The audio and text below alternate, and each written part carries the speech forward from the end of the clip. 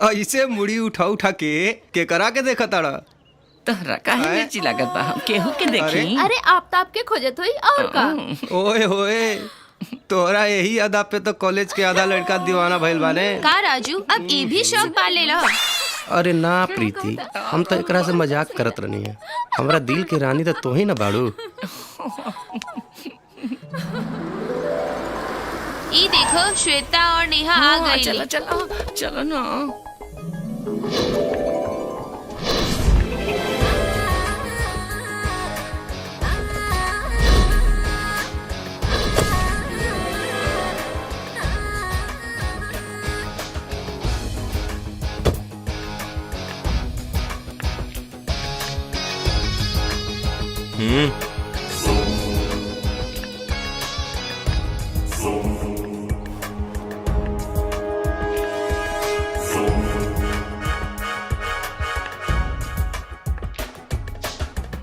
हाय हाय। कैसे हो? चलो क्लास चले। हाँ, हाँ, चलो। अरे रे रे रे रे।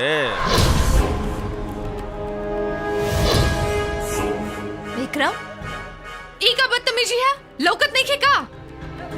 अरे हमर जान, लौकत ना तो ये भौरा कली पे मडराइत कैसे? ए, जुबान संभाल के बात करो, ना तो ना तका बिना मंगले चुम्मा दे देबू। ये ले चुम्मा। चलो।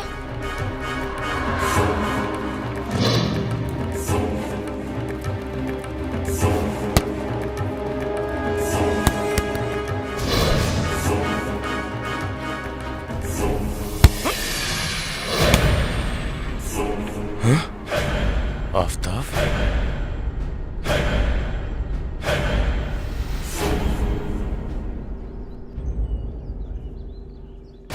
मार ससुरा के।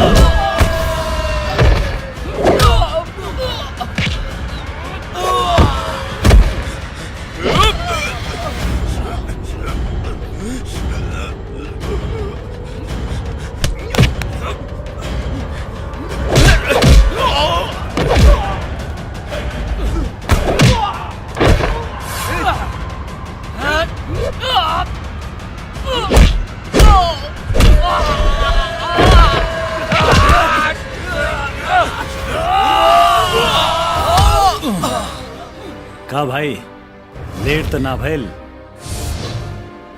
हाँ? कितना टाइम पावेलिस भाई हैं? ई सब लात के देवता बड़ा सा, हाथ से निखा समानत। देखा सा आ गए हमर शेर, उतारता बीड़ता तनी। हाँ। अब हम देखा तनी फाइट के मजा। यस ओके। लात वाले इधर आओ भाई। हाँ।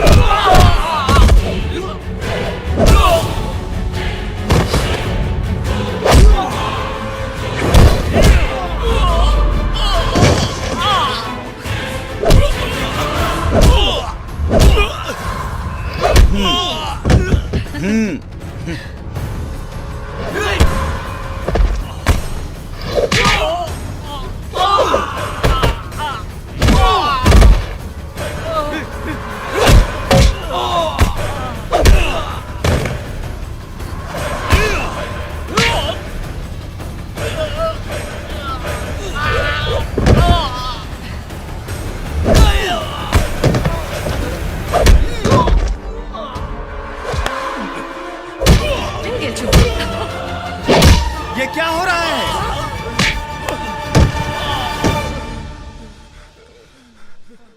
ये कॉलेज है या लड़ाई का मैदान?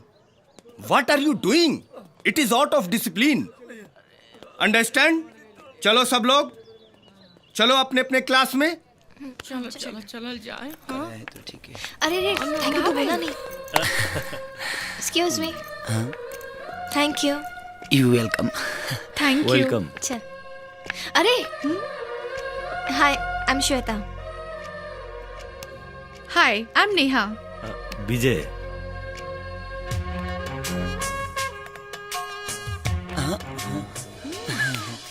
आफ्ताब। Thank you.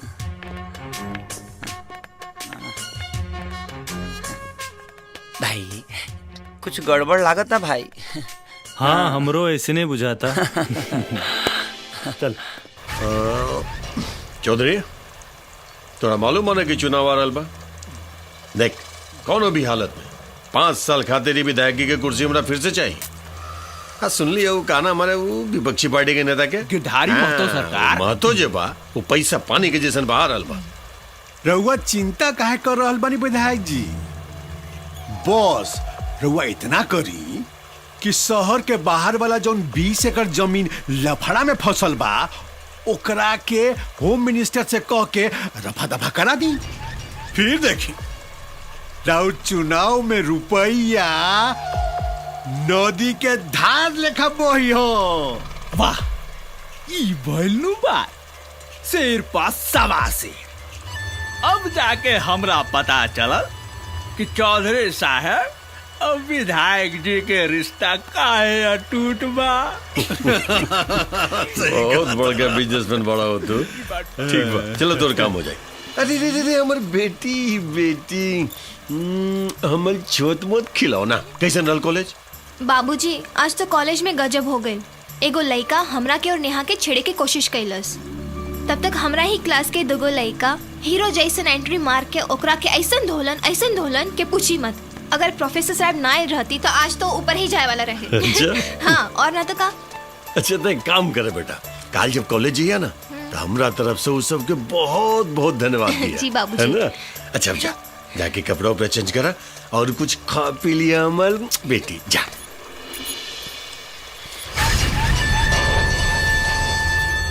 ए पिए। जी सरकार। तनी पता लगाओ तेरे ससुर के बाऊ मरद लौंडा हमरा करेजा के टुकड़ा के हाथ लगावे की कोशिश कैलस। ससुरा होकर हालत में हाथ डाल के ना पतड़ी पचौनी निकाल ले। सरकार रहुआ गुस्सा थूक दी ना। हो गई ना लोग के काम भर धुलाई बस। ठीक बा है ज्यादा तू दोनों लौंडा के पता लगाओ जे हमरा बेटी के बचलस। जी जो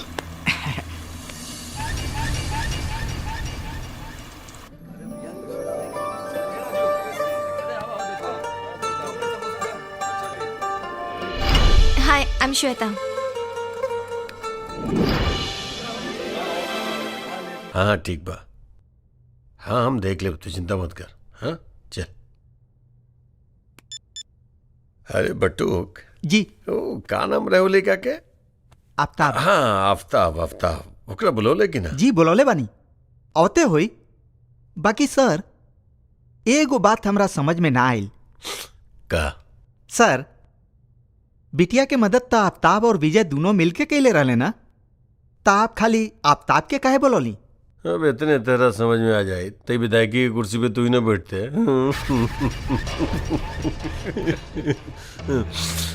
अरे भाई राजनीति के चाल सामने वाला के ऐसे ही चौंका दे। अब देखा आफ्ताब बा मुस्लिम लीग। हाँ अगर वो हमरा साथ ज्वाइंट हो जाए ना तो अगला चुनाव में ओकरा पूरा कौम के वोट तो हमरे के मिली।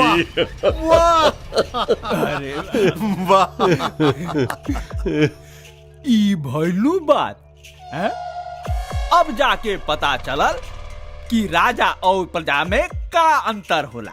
हे दरोगा नेता ही हम नेता। हाँ जी सरकार। नीति और कूटनीति के बारे में हमरा अच्छी तरह से मालूम बा।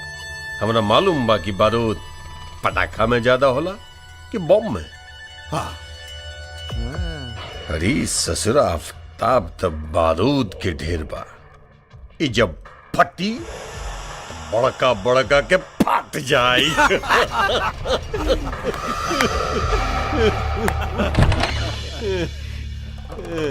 सर आफ्ताब आ गई। हाँ आफ्ताब। हाँ बेटा आइए। हाँ नमस्कार नमस्कार। हाँ बेटा। हाँ आफ्ताब। हाँ बोला काले बा ठंडा गरम कुछ। जी ना सब ठीक बा, कुछ ना चाहिए। बड़ा बहादुर लेके बड़ा तू। काल सुननी की हमर बिटिया के बचावे खातिर कॉलेज में बड़ा उठा पटक कैला। जी हमको समझ नहीं ना। श्वेता हमरे बिटिया बाड़ी, हमरा वो बतौलस तोरा बारे में तो हम सोचनी की बुला के एक बार मिल लिया जाओ। हाँ अब तोरा जैसन लड़का पे खास तौर पे हमर निगाह रहेला, एक मन में इतना अच्छा विचार होके। जी धन्यवाद। आफ्ताब अगर हमर मानत तू हमर पार्टी ज्वाइन कर ला। अब भाई देखा थोड़े जैसे नौजवान के तो पूरा देश को जला। जी पहले पढ़ाई तो पूरा कली, ओकरा बाद में सोचब। हाँ बिल्कुल सही बात। ई भइलू बात एकदम ठीक। विधायक जी पहले पढ़ाई फिर कमाई, तबे नु देश आगे जाई। सलाम।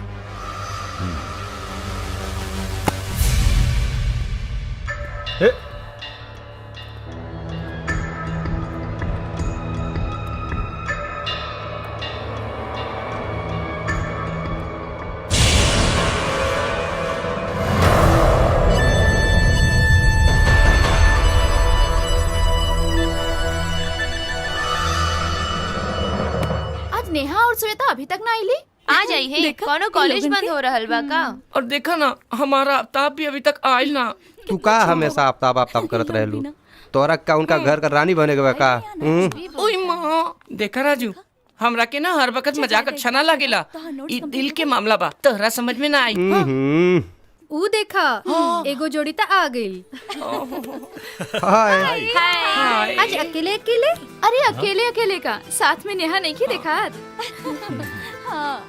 ना ना, हमरा कहे का मतलब ही रहे कि आखिर आफ्ताब बाड़े कहाँ? अरे वो देखा आवता। हाय हाय। अरे आफ्ताब श्वेता के साथ कहाँ से आवता रे? इनके घर से। का श्वेता के घर से? ओहो मतलब मामला सेट। उहे बुझा। अरे वाह वाह वाह का के बड़ा है? तू तो कम खत्म नहीं खा, चिपका के सटा के खड़ा बड़ा। वाह वाह। केकरा की? बनाओ मत रानी, तोहरो नजर बहुत कुछ कहत बा। धत ऐसा कुछ भी नहीं खे। तो कैसन बरे तही बताओ जो हमसे का कहत हलिस कि तोर दिल नेहा पे आ गेल बा। हैं? और तू का कत रले भुला गई ले कि तोर दिल श्वेता ले गेल? अरे तो ऐसा बोला ना लोग, आग दोनों ओरे बराबर लगा। बहुत सही बात। चला चलो चलो।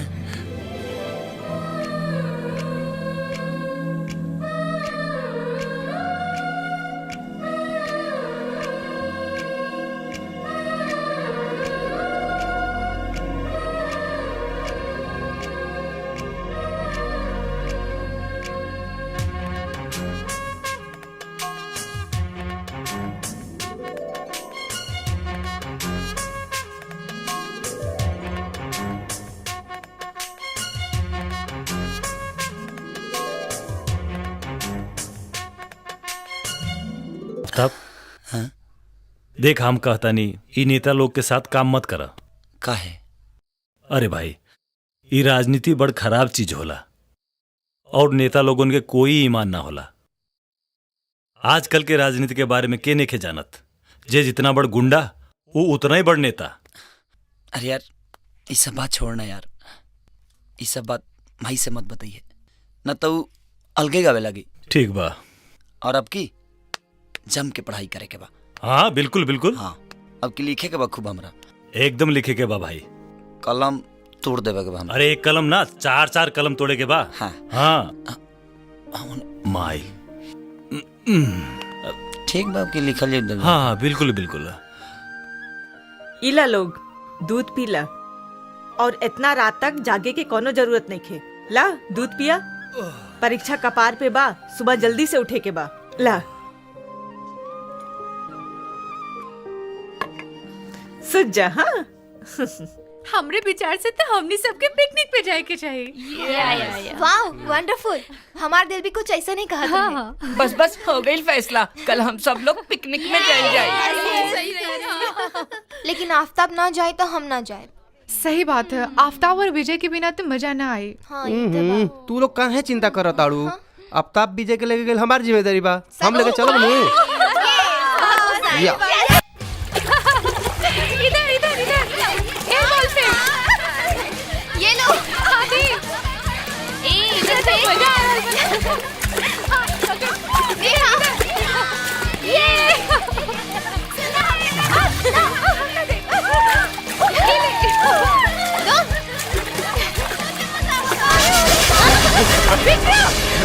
अरे छोड़ विक्रम, छोड़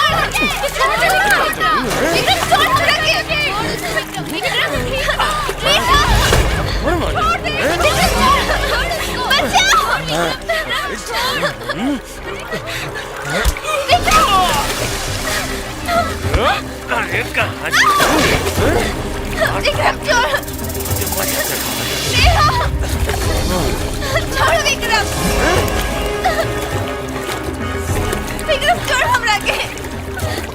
छोड़ दे छोड़ दे छोड़ दे।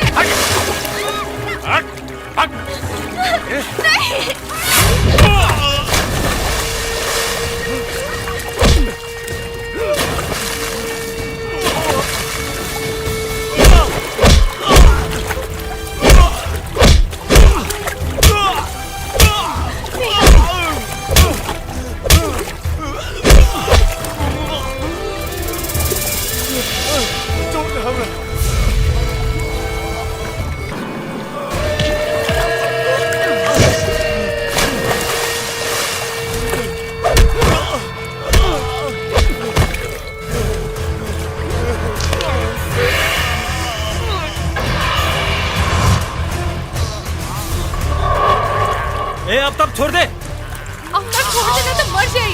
हाँ आफ्ताब छोड़ देला तो सचमुच मर जाई। अरे आफ्ताब आफ्ताब, अरे छोड़ दे।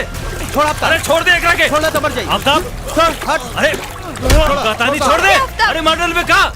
हाँ ठीक है, अगर श्वेता के तरफ केहू भी आंख उठा के देखी तो मारब ना, सीधे फाड़ दे।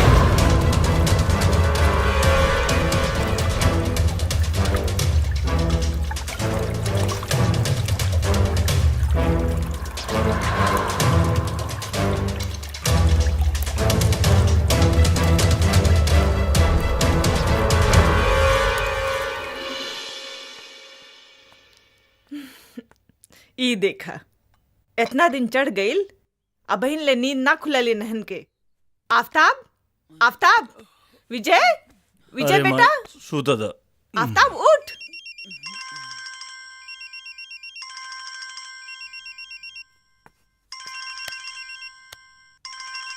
अरे ई तो कोनो लइकियन के फोन बा। श्वेता नेहा। श्वेता? अरे एकर फोन होई। हाँ ना ना ना एकर होय हमार।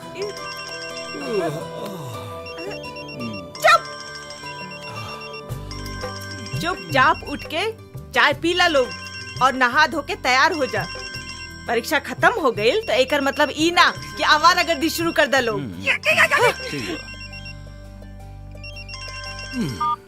Hello hi. ए जी रउआ बिना हमार मन नहीं खेलागत। हमरो ए जी तोहरा याद में हमके रात भर नींद ना आई। हमरो हमरा मिले के बहुत मन करता। हमरो पूरा रात जगला से हमरा दहिया पी रहा था। हमरो सुनी ना, हमरा वो चाहिए। हमरो पूरा हमरा ऊपर से नीचे तक दुखाता। हमरो अरे हमरा ऊ चाहिए। हमरो दोनों जोबना लहे लहे बथता। हमरो हमरा आइसक्रीम खाए के बहुत मन करता। हमरो इका हमरो रट लगौले बाड़। इडियट।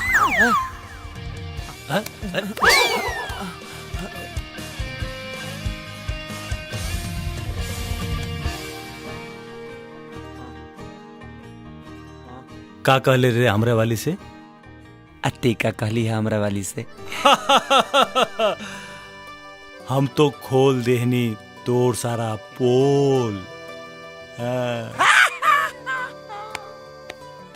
हमहू खोल देनी है तोरा वाली से तोर पोल। केकर पोल? तोर पोल। हमू खोल देनी तोर वाली से पोल।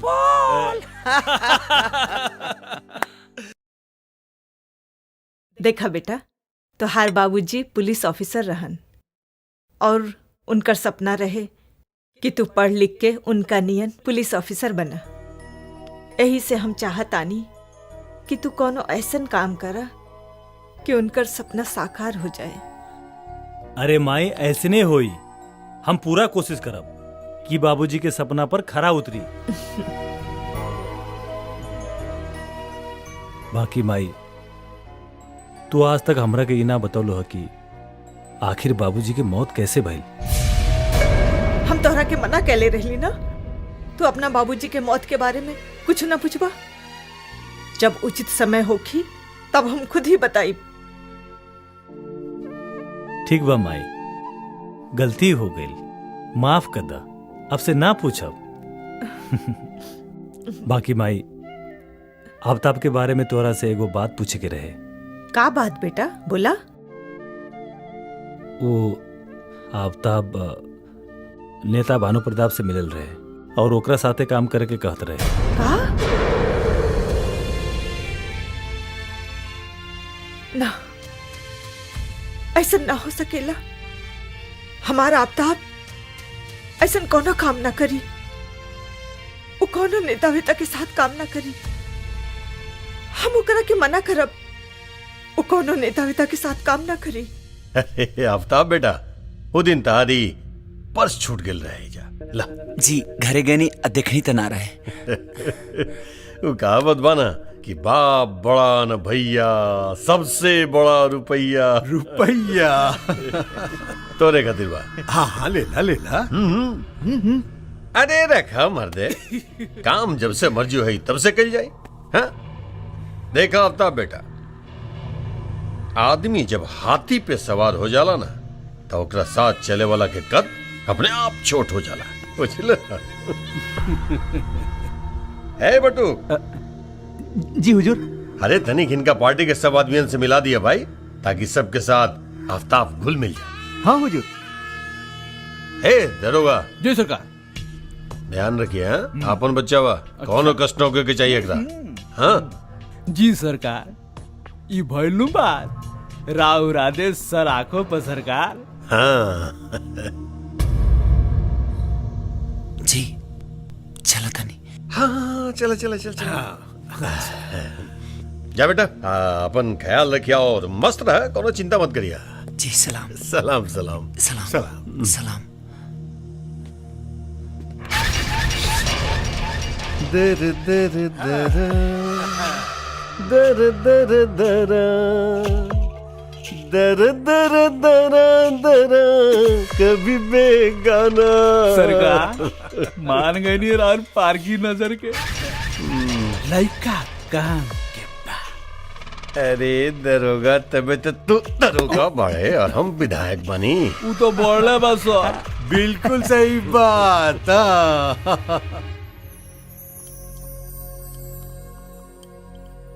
अगर तोरा माई के हम पसंद ना आई नहीं तो तारों के छोड़ेंगे परी का? बात तो सुना, अपने माही के नाराज करके कोनो काम नहीं की कर सकत। और यो सच बा कि तोहरा के भी नाराज नहीं की देख सकत। सच में? हम तोहरा खाते अपने माई के गोड़ पर नाक तब तक रगड़ब जब तक ले धोखे स्वीकार न कर लिए। मतलब हम तोरा सच में पसंद बानी? हाँ I love you. I love you too. वापस कर दे जाके ये पैसा, और खबरदार कोनो नेता वेता के साथ काम करे की कोशिश कैला तो। लेकिन माई हमरा समझ में नहीं आवत कि आखिर में बुराई का बा। बुराई और अच्छाई के तर्क हमरा साथे करे की जरूरत नहीं खे। एक बार कह देनी कि नेता के संगे काम नहीं खे करे के तो बस नहीं खे करे के। ठीक बा माई, अगर तोरा पसंद नहीं है ना तो हम ओकर पैसा लौटा दे। और एक बात के ख्याल रखिया, जौना दिन हमरा के पता चलल कि तू हमरा से छुपा के कोनो ऐसन वैसन काम कर तारा, ओ दिन से हमार तोहर रिश्ता खत्म। माई ऐसे मत बोलो, हम ऐसन कोनो काम ना करब जौना से तोहरा और विजय के दिल के ठेस पहुंचे।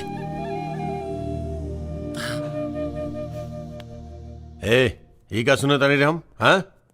रउआ एकदम ठीक सुनता नहीं सरकार। वो अब तबो अब रउआ साथे काम ना करी। हाई देखी राउर पैसा लौटा देलस।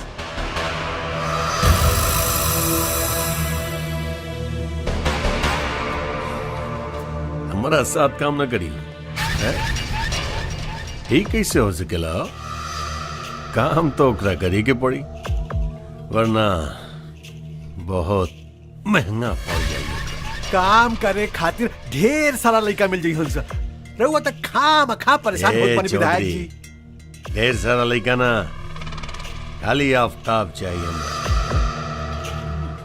आफ्ताब ओकरा शायद मालूम नहीं खे कि हमरा नजर में जे एक बार बस जाला वो हमार हो जाला, और फिर ओकरा हमरा इशारा पे ही नाचे के पड़ी। काम तो करी के पड़ी ओकरा। अच्छा विजय, तू जौन पुलिस की नौकरी की खातिर इंटरव्यू देले रहला, ओकर का भइल? आजकल में ही लेटर आवे वाला बा, देखा का होता। भगवान करे जल्दी से फाइनल हो जाए। काहे अब अकेले नहीं खे रहल जात का? धत, तोरे तो हर वक्त मजाक सोचेला।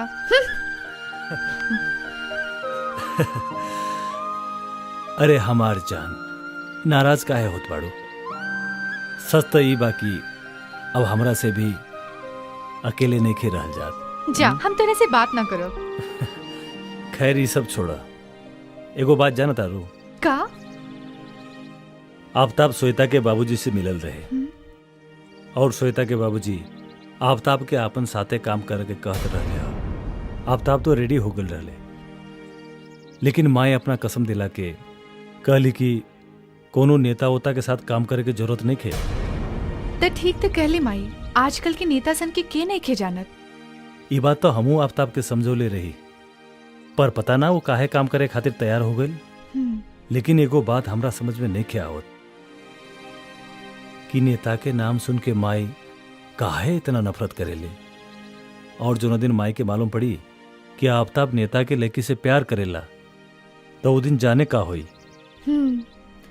ये बात तो बा। खैर ये सब छोड़ा, हमरा के आइसक्रीम खाए के मन करता। का आइसक्रीम खाए के मन करता? हाँ, अभी आइसक्रीम खाए के बाटे। आइसक्रीम खाए के मन करता। आफ्ताब बेटा, अरे भैया मी का सुन रल बानी कि तू हमरा साथ काम नहीं के करे के चाहत। हाँ ठीक बा अरे ठीक बा भैया, काम नहीं के करे के चाहते में कोनो जबरदस्ती थोड़े बा, लेकिन अब एक दूसरा से मिलना जुलना छोड़ल ये ठीक नहीं के बेटा। देखी मिले में कौनो दिक्कत नहीं है, बात ऐसन बा कि हम अपने माई के खिलाफ कौनो काम नहीं कर सकत। माई? हाँ बेटा, हम अपन माई के इच्छा के पूरा कैल ही ता असल बेटा के फर्ज होला। अच्छा बा। साहब, राव लेटर। एक काम करे बेटा, कल हमनी के एक पार्टी बा, आजा तू मिले जुले खातिर। जी ठीक बा, हम जरूर आ जाब। जी प्रणाम। एजा साइन कर दी।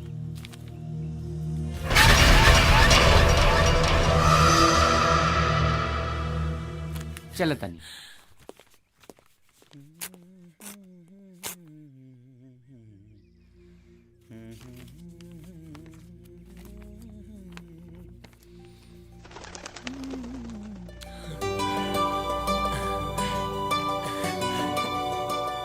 माई माई हाँ बेटा का बात बा? माई अरे बतावा ना का भइल? माई का हमनी के विजय इंस्पेक्टर बन गई। इंस्पेक्टर बन गई? विजय ये देख देख माई, हमनी के विजय अब इंस्पेक्टर बन गई। हाँ विजय का बात है भाई, बहुत खुश दिख रहल बाड़ा लोग। ला खुदे देख ला।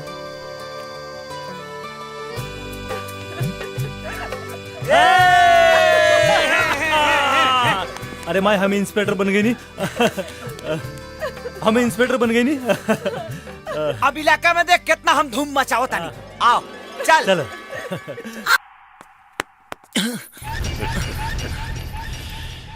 ठीक रहली ना, मजा आयल? हाँ? और बेटा कहाँ सोचला हमारा साथ काम करे के बारे में? जी हम अपने माई के खुशी खाती कुछ भी कर सकत नहीं, ओकरा खिलाफ नहीं की जा सकत। और हमारे माई के आदेश बा कि हम रोल इनके साथ ही काम ना करी। अरे रुका रुका, ऐसे किसे बेटा, हमारा पास आइल बड़ा। अरे नाच गान तो हो गई, अब तने कुछ खान पान भी हो जाए। हाँ जी ना, हवा हवा शर्मा मत हवा।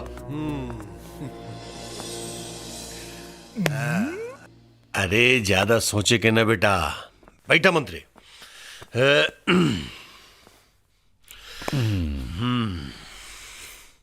हाँ अच्छा बेटा ये बतावा कि तू विधायक जी के साथ काम करे से काहे मना कर देला?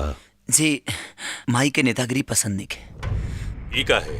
हाँ पता ना काहे, वो सब तो पता नहीं के हमके, लेकिन हम माई के इच्छा के खिलाफ कोनो काम नहीं कर सकत। ओ अच्छा अच्छा, एकर मतलब कि तू अपना माई से बहुत प्यार करेला।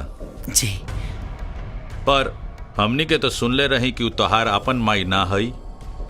जी मतलब चाहे कुछ भी होके, लेकिन हमारा खातिर हमारी अपनी माई से भी बढ़ के बड़ी। मतलब कि तू उ माई खातिर कुछ भी कर सकेला? जी जान ले भी सकीले और दे भी सकीले। अरे क्या बात है बेटा, वाह। एक माई के बारे में इतना अच्छा विचार बेटा के मन में, खुशी फैल हमरा। लेकिन का है ना बेटा कि हम तारा एक ठे वीडियो दिखावे के चाहते हैं। तारा खातिर देखल बहुत जरूरी बा। ओकरा बाद तो खुद ही डिसीजन लिया कि हमरा साथ काम करबा कि ना करबा। पहले ला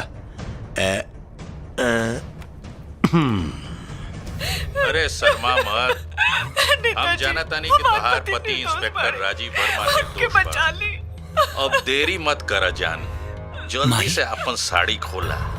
अब बर्दाश्त नहीं खे होत हमरा से।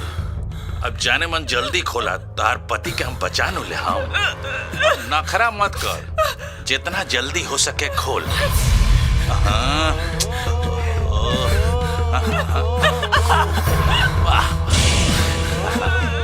आगे आगे माई फिर नखरा करे लगलू। अरे जल्दी खोल। देखा कौन देनी के तहार पति के हम बचा ले। हम बस ऐसा ही करो जैसे हम कहो तनी, ठीक नो? हाँ, बोला ना जल्दी। शाबाश, बहुत बढ़िया।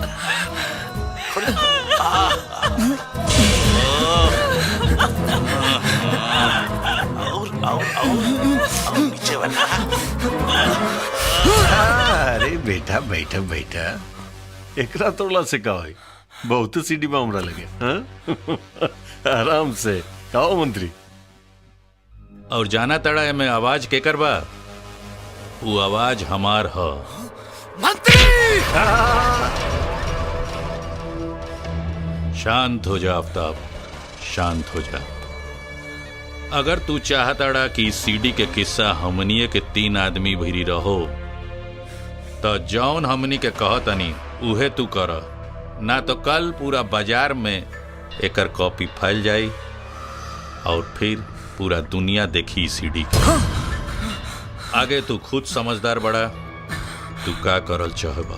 और हाँ बेटा, ये तेवर जौन बा तोहार जे हमनी के लगे दिखौला ये तनिक हमनी के साथ काम करे में दिखौता ना तो तहरो भी फायदा होइत और हमरो फायदा हो जाइत।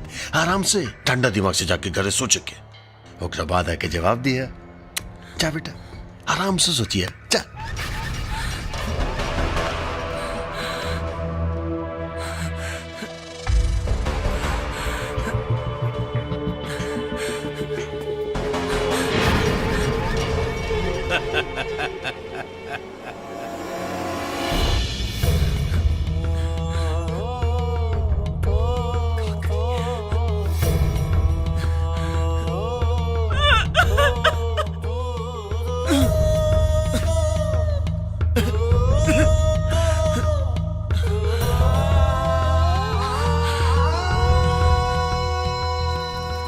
अगर एकनी के खत्म करे के बा तब हम एकनी की बात मान जाए के चाहिए, चाहे जो भी हो जाओ, लेकिन अपनी माई के इज्जत पर आँच ना आवे दे। अरे बेटा टाइम से खाना खा ली हल करी है, अपन ख्याल रखिए।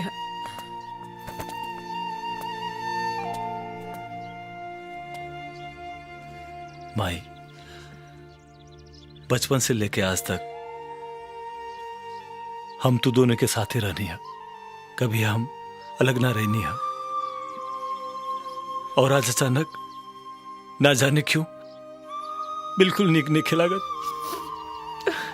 बेटा तू दूर कहाँ जान पाड़ा, तू तो अपने बाबूजी के सपना पूरा करे जान पाड़ा। आफ्ताब के और हमार चिंता ना कर, दिल छोटा ना करा बेटा, उदास मत होगा। और बेटा अपन ख्याल रखिए, समय से खाना खा लिया। हाँ माई, हम अपन ख्याल रखब। बाकी तू? अरे बाकी तू छोड़ा, बाकी तो माई के ख्याल रखे खाती हम मानी ना। हाँ तू यह तो देखिए हम माई के कितना ऐश्वर्य में रखब। हाँ माई, आफ्ताब के ख्याल रखिए। अरे यार, अरे तू लोग तो ऐसे रोता रहा जैसे लागत था कि तू बेटी विदा करता। चला विजय, आवा। प्रणाम माई। चलो अपन ख्याल रखिए। हाँ माई, तू ख्याल रखिए।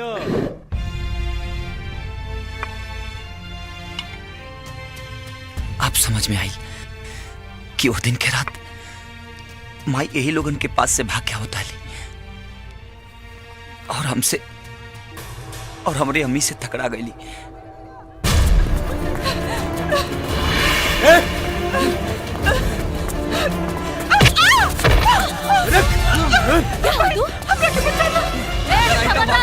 आगे मत बढ़िए, नहीं तो मार दे। आगे मत बढ़िए। हट जा, नहीं तो मार दे। हट जा।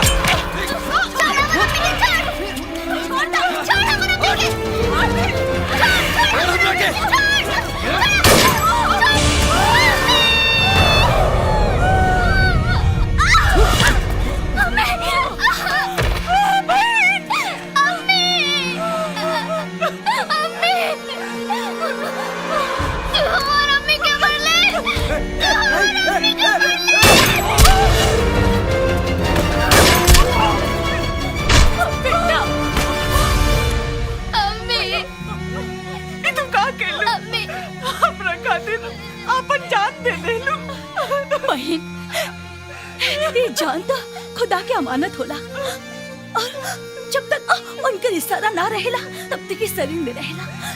जहाँ उनका इशारा होला इस शरीर छोड़ के रुखसत हो जाला। बहन लेकिन लेकिन के टाइम नहीं के बहन। हमार बेटा आफ्ताब के रहुए सब कुछ बानी। हमार बेटा के सब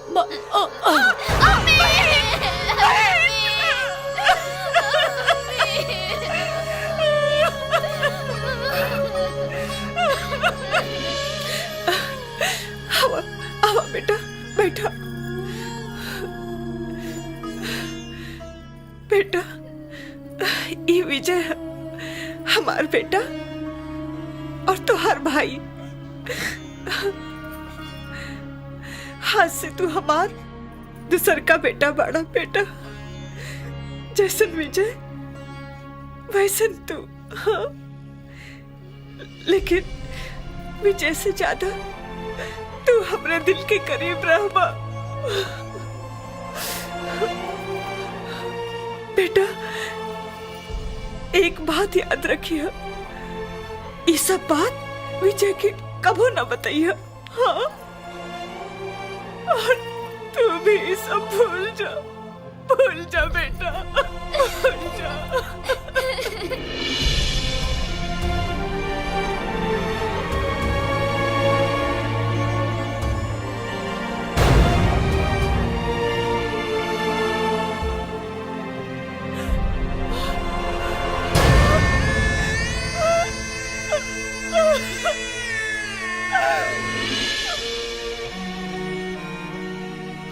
अगर शिकार करे के बा त जंगल में समाही के परी,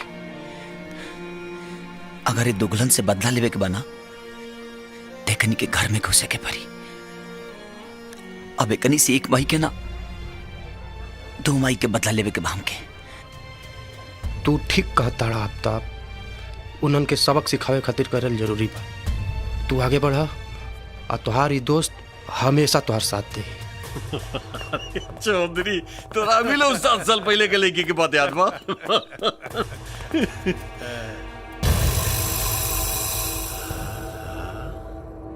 आफ्ताब, माई के लाल, कैसे कैसे? अच्छा छोड़ो, जैसे जैसे भी बैठा बैठा बैठा बैठा बैठा। विधायक जी, हम यहाँ बैठे खाते नहीं आई। कुछ बोले के चाहता है? बोलो ना। हमरा लोगन के संगे काम करे खातिर तैयार बानी। तू हमरा साथ काम चौधरी जी हमरा साथ काम करी, लेकिन हमारी को शर्त बा। बोलो शर्त कहा। हमरी माई और हमरे भाई के पता ना चले की चाहिए कि हम रोलो इनके संगे काम करता नहीं। ही बात बा। हाँ, तई में फिकर करके का बात बा भाई, पता ना चले केकरो, कानो कान खबर ना होई। हाँ चौधरी जी। जी विधायक जी। एक काम करा जी, काल से आफ्ताब तहरा कंपनी में काम करके हमरा काम के अंजाम दी, बुझला? जी जी हम कुछ समझ नहीं ना। अरे मैं समझे बुझे के क्या बात है यार, ही तरह साथ काम करी थे लोग के थोड़े पता चले कि हमारा आदमी है, बुझला? काल से तरह कंस्ट्रक्शन कंपनी में काम करी। हाँ हाँ जी जी बिल्कुल समझ गई नहीं, बिल्कुल समझ गई नहीं विधायक जी। हाँ तो आफ्ताब बेटा, वो हमार पिए जे बटुक बा ओकरा से कल मिल लिया, वो तरह सब चीज समझा दी, कब का कैसे कैसे करे के बा, है ना? जी ठीक बा, चला तानी। सलाम सलाम सलाम। चौधरी वो बात मालूम बा ना कि वो रेगिस्तान के वो जोन जहाज होला ऊंट, वो भी जब ऊंचा पहाड़ के नीचे आवेला ना तो ओकर कद भी एकदम भेड़ बकरी जैसन हो जाला जैसन। विधायक जी, जूता गोड़ में आ कुत्ता जोन बा उ गोड़ के आसपास ही शोभा देला।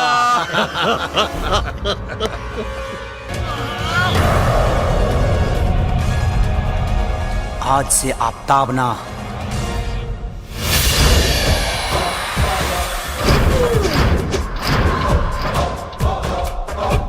अब्बू।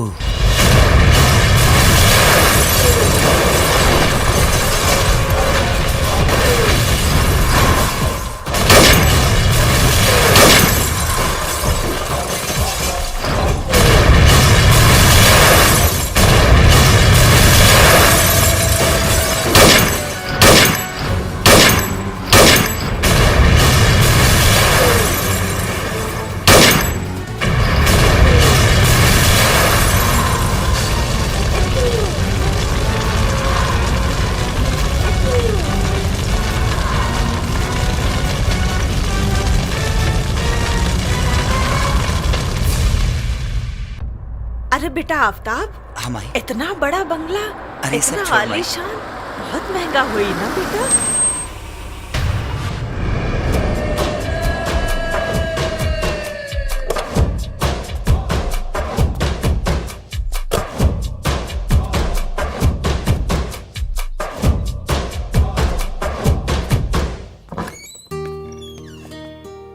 सलाम साहब। सलाम मालकिन।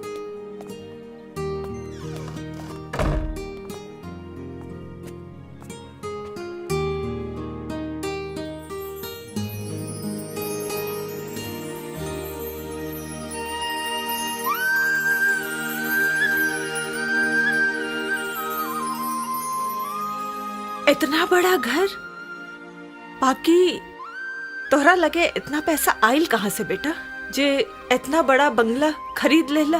माई वो सब छोड़ा, ये बतावा कि तोहरा घर कैसा लगल? घर तो बहुत अच्छा बा, बाकी बेटा बाकी के कुछ ना। चलाओ बैठ, चला। देखा हमार मालिक हमारा काम से खुश होके ई घर हमके इनाम में देले बड़े। और हाँ, तोहके अपना बेटा पर भरोसा नहीं के? हाँ चला बैठा। बेटा हमरा के भरोसा बा, बाकी यही उम्र में तो गलत रास्ता पे कदम जाला, यही से पूछली हूँ। कौनो गलत सलत काम तो नहीं खे करत बाड़ा ना? माई हम कौनो ऐसा काम ना करब जमना से तुहार सर झुक जाए। हाँ मालिक, हाँ बाहर एगो पुलिस वाला आइल बा। हाँ पूछा था आफ्ताब के नयका घर ये है का? पुलिस? बाकी पुलिस का है? ठीक बा, भेज दो। जी साहब।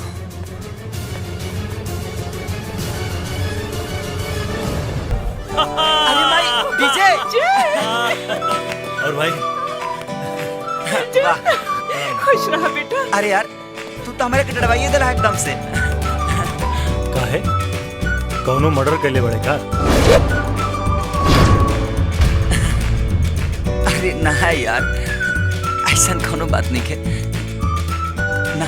घर में पुलिस वाला देख के ता केहू भी डेरा जाला। अच्छा ये बता, ये सब हुलिया माई? हाँ? अरे विजय, बात ऐसा बना, बिल्डर लाइन में ये सब हुलिया बनावे के पड़ेला। कंपटीशन के जमाना बा, बुझाइल। और माई देखा अपन विजय वर्दी में कितना खूबसूरत लागता। हाँ बेटा, आज तो हर बाबूजी रहते तब भूला ना समय तक तारा के देख। माई एक तब विजय कितना दिन बाद घर आई और तू ओकर स्वागत आंसू से करत है। अरे भगवान, ये खुशी के आंसू बा जौन आशीर्वाद बनके हमरा आँख से बह रहल बा। चला विजय आओ तब।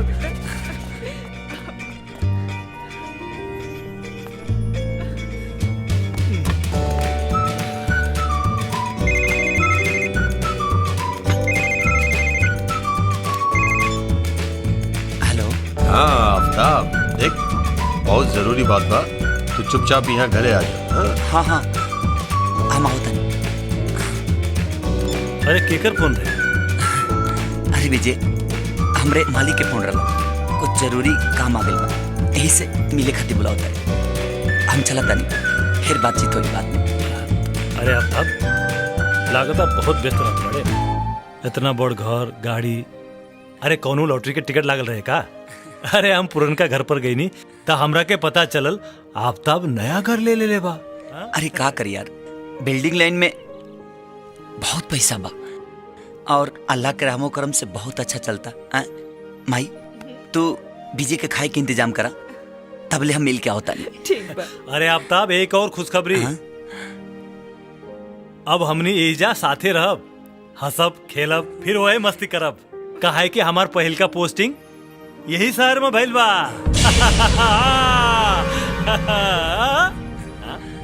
हाँ भइल। अरे हाथे भाई। हाँ हाँ अच्छा अच्छा माई। हाँ बेटा। विजय के खाना वाना खियावो, तब तक ले हम मिल के होता नहीं। ठीक बा बेटा।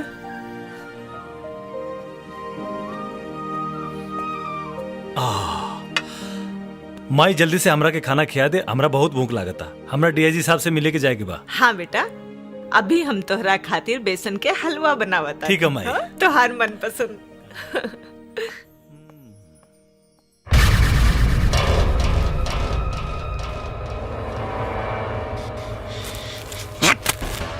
ससुरा यह कुताव माधव शुक्ला हमरे पार्टी में रहेला और ससुर हमरे पत्ता काटे के चक्कर में लागल बा। हमार टिकट यापन बेटा बबलू शुक्ला के देवे के चक्कर में बा। हाँ? इतना जान ले आफ्ताब, अगर ये टिकट एकरा बेटा के मिल गई ना तो समझ ले कि हमार कुर्सी गईल बड़ा बूट ला दे। हाँ? और आज बड़ा संजोग से वो अपन पार्टी के काम से यही शहर में आइल बा। उका नाम हाँ नटराज होटल में ठहरल। बस बारात निकाल दे ससुरा के। बारात तो निकली विधायक जी, लेकिन दुल्हा डोली पर ना अर्थी बजाई। आफ्ताब बस तू हमर काम कर दे। देख बेटा, 5 साल अगर और हमर कुर्सी रह गई ना तो समझ ले पूरा शहर के नक्शा बदल जाए।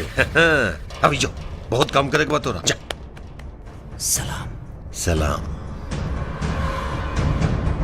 सलाम सलाम।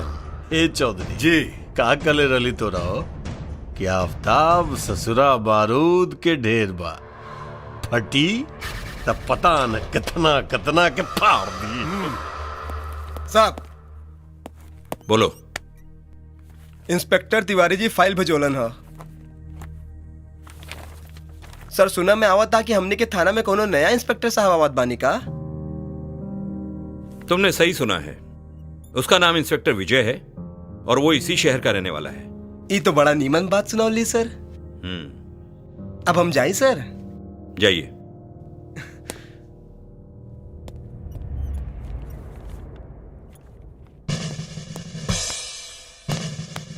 Good morning sir, I am inspector Vijay.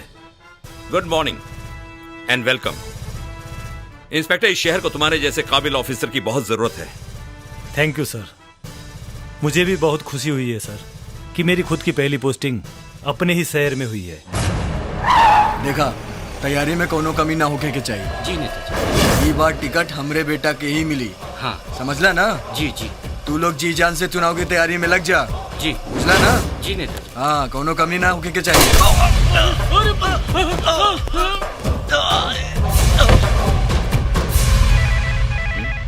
Excuse me. Hello. जय हिंद सर। हाँ बोलो तिवारी। सर अभी अभी पता चला है कि नटराज होटल के सामने एमपी माधव शुक्ला जी का कौन हत्या कर दिया है। क्या? जी सर। ठीक है, तुम फौरन वहां पहुंचो। मैं इंस्पेक्टर विजय को भी वहां भेजता हूं। जी सर। जय हिंद सर। जय हिंद। क्या हुआ सर? नटराज होटल के सामने किसी ने एमपी माधव शुक्ला को गोली मार दी है। तुम एक काम करो, फौरन अपने सिपाहियों के साथ वहां पहुंचो। ओके सर।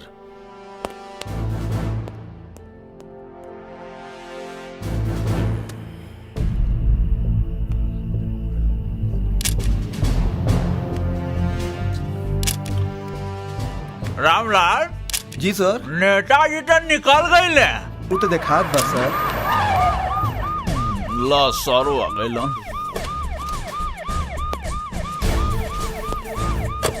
जय हिंद सर। जय हिंद सर। जय हिंद सर।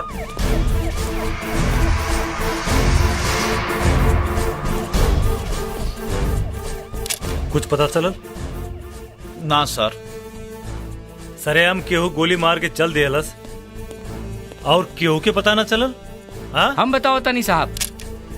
तू के हवा? हम नेताजी के साथे रहली। अच्छा तो का देख ला? एक नकाबपोश आदमी आयल और गोली मार के चल गई। कितना लोग रहे? हाँ साहब वो अकेले रहल।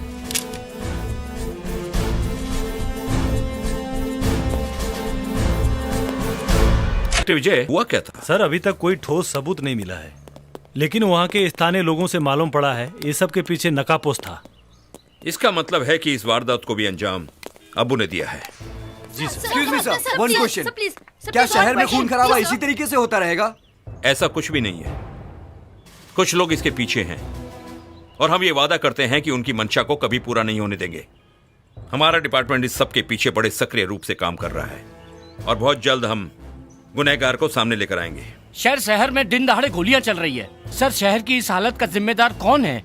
पुलिस आखिर कर क्या रही है, बताएंगे आप? आप लोग हाथ पर हाथ धरे बैठे हैं और गुंडे मनमानी कर रहे हैं। मैं आपके माध्यम से इस शहर की जनता को यह विश्वास दिलाना चाहता हूँ कि पुलिस डिपार्टमेंट के रहते हुए वो असुरक्षित बिल्कुल महसूस ना करे। लेकिन सर, इसके पीछे किसका हाथ है? आखिर कौन है वो लोग जो ये सब आतंक फैला रहे हैं? चंद लोग हैं जो अपने स्वार्थ और बदले की भावना को अपना रंग देना चाहते हैं। लेकिन मैं आपसे वादा करता हूँ कि बहुत जल्द गुनहगार को आपके सामने लेकर आऊंगा। लेकिन सर, नो मोर क्वेश्चंस प्लीज। आप लोग जा सकते हैं। Okay, thank you. Inspector Vijay. Yes sir. जो होगा देखा जाएगा। मैं ऊपर मिनिस्ट्री में बात करूंगा। I want crime free Bihar. तुमसे जो हो सके करो, हो सके तो सारे गुंडों को अंदर कर डालो, अगर जरूरत पड़े एनकाउंटर कर डालो। ओके सर।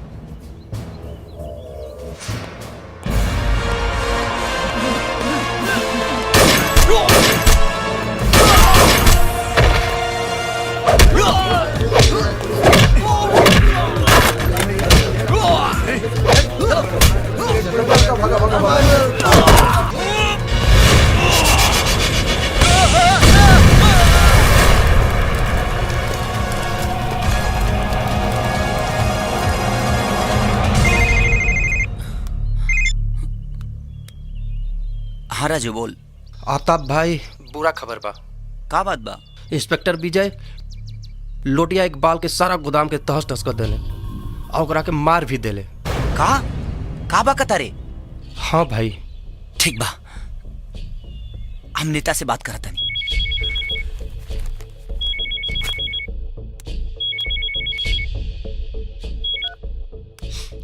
हाँ बोल आफ्ताब। विधायक जी, ई का होता सब? का हो रहा मतलब? हम विजय के बारे में बात करत हनी। विजय मतलब तोहर अपन भाई विजय? हाँ। कुछ बोलस का हो? हम ओकरा कहला के बारे में ना, कैला के बारे में बात करत हनी। पूरा शहर में तूफान मचौले बा और आज तो वो हाथे का देहलस। हमार खास आदमी लोटिया इकबाल के मौत के घाट उतार देहलस। तो ई बात बा? हाँ? विधायक जी, होम मिनिस्टर साहब से कह के इस शहर से कोनो और शहर में ओकर ट्रांसफर काहे नहीं करवा दी? अरे बेटा, बाहर के ट्रांसफर का तो बोल तो सीधा ऊपरे ट्रांसफर करा दी का। विधायक, अपनी आवाज के अपने हलक में दबा के रख। ऐसा ना होके कि तोरा आवाज के खींच के तोरा गला के फांसरी बना दे। हम तोहरा खातिर काम करेली, एकर मतलब ई ना भइल कि हम और विजय हमार भाई है। आइंदा अगर विजय के बारे में कुछ भी बोले के कोशिश कैले ना तो सोच ले, तोर बूटी बूटी काट के कुत्तन के खिला दे। अजब कुत्ता की औलाद, हमरे कुत्ता और हमने पे भाव हैं? ऐसे टेटवा दवाई में ससुरा कि ऊपर के सांस ऊपर और नीचे के सांस नीचे अटक के रह जाए। दुगला ससुरा चुप।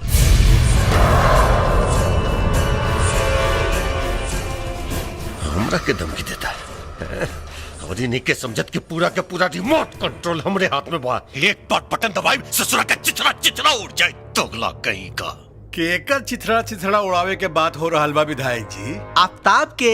हाँ? आफ्ताब के? हाँ, उस सर के फोन पर शायद कुछ गलत बात कह देले बा। ऐसन का कह देले? औकात भुला गिल बा ससुरा।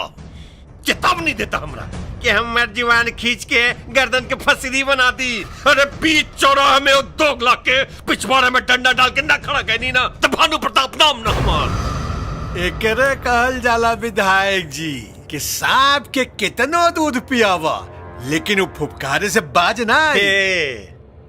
अगर फल लेके ना कुचल दे हम। अब देखल जाए कि का हो या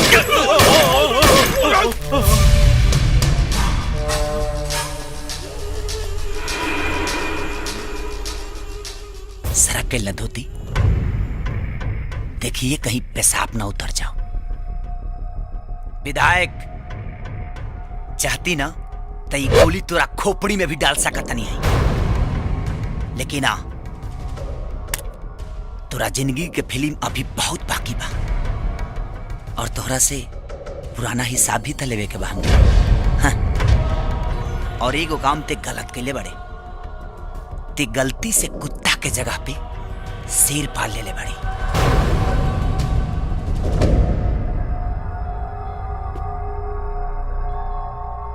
अर्जुन, जहिया इसे आदमखोर हो गई ना त काटी ना सीधे फाड़ दी।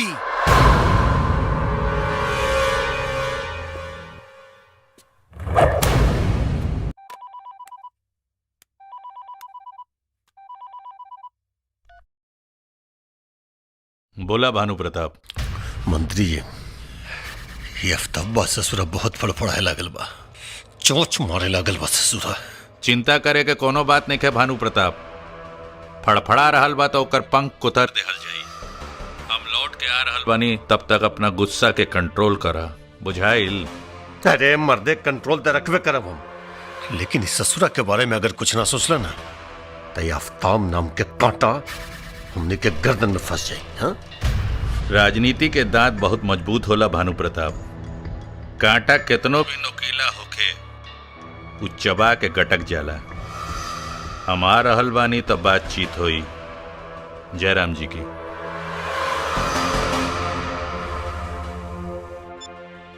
वेल डन विजय, वेल डन। तुमने बहुत अच्छा काम किया है और पूरे पुलिस डिपार्टमेंट को तुम्हारे ऊपर फक्र है, और मुझे उम्मीद है कि आगे भी अच्छा काम करके तुम पुलिस डिपार्टमेंट का नाम रोशन करते रहोगे। थैंक यू सर। पापा, शहर में हर पुलिस वाला अगर विजय की तरह हो जाए तो शहर में गुंडों का जीना मुश्किल हो जाएगा। नेहा बिल्कुल ठीक कह रही है। सर, मैं इस उम्मीद को कभी टूटने नहीं दूंगा। विजय, मैं भी यही चाहूंगा। पापा, मैं अभी आई। अच्छा सर, चलता हूँ। I am proud of you Vijay. Thank you सर।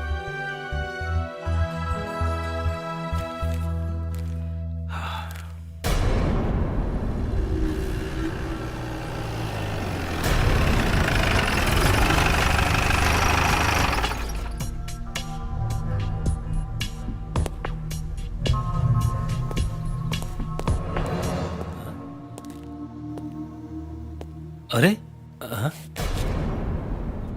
नेहा, नेहा, नेहा, नेहा, नेहा आंखें खोला। Neha. Inspector Vijay. Yes sir. ये इस शहर के सबसे खतरनाक शूटर की फाइल है। लो, अब्बू नाम से जाना जाता है ये। अब तक दर्जनों लोगों को अपनी गोली का निशाना बना चुका है। जब भी किसी काम को अंजाम देता है तो उसके पीछे सबूत नहीं छोड़ता, इसीलिए पुलिस अभी तक इसे पकड़ने में नाकाम रही है। पूरा शहर इसकी दहशत से कांपता है। पिछले दिनों इस शहर में जो एमपी माधव शुक्ला का मर्डर हुआ था, उसमें भी इसकी इन्वॉल्वमेंट है। और ये जिस काम को अंजाम देता है, नकाब पहन के ही देता है, इसीलिए अभी तक पुलिस की गिरफ्त से बाहर है। इस नकाब के पीछे आखिर कौन हो सकता है सर? यह पता लगाना ही तो पुलिस का काम है।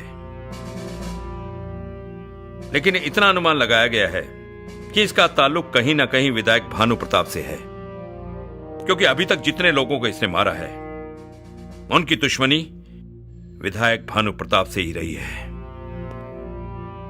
सर, कहीं ऐसा तो नहीं कि ये विधायक भानु प्रताप के लिए काम करता हो सकता है।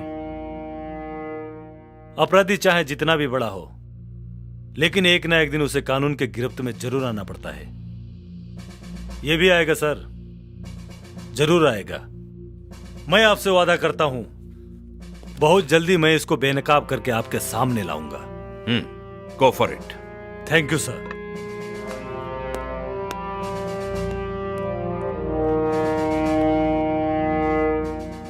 इंस्पेक्टर विजय, मुझे तुम पर पूरा भरोसा है।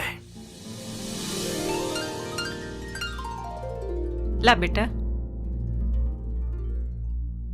बेटा तू ठीक तो बड़ा ना? तोहार ड्यूटी कैसन चलत बा? अरे माई ड्यूटी एकदम बढ़िया चलता। टीआईजी साहब हमरा के एगो फाइल सौंपले बड़े। कौनो अब्बू नाम के एगो खतरनाक अपराधी बा जे पूरा शहर के नाक में दम कर देले बा। बस ओकरे बारे में सोचत रही कि वो के हो सकेला। और हाँ माई, आश्चर्य की बात ई बा कि आज तक पुलिस रिकॉर्ड में ओकर असली चेहरा ही नहीं खे। काहे? काहे कि वो जितना भी मर्डर कैले बा नकाब लगा के कैले बा। वही से पुलिस रिकॉर्ड में जोन ओकर फोटो बा वो भी नकाब में बा।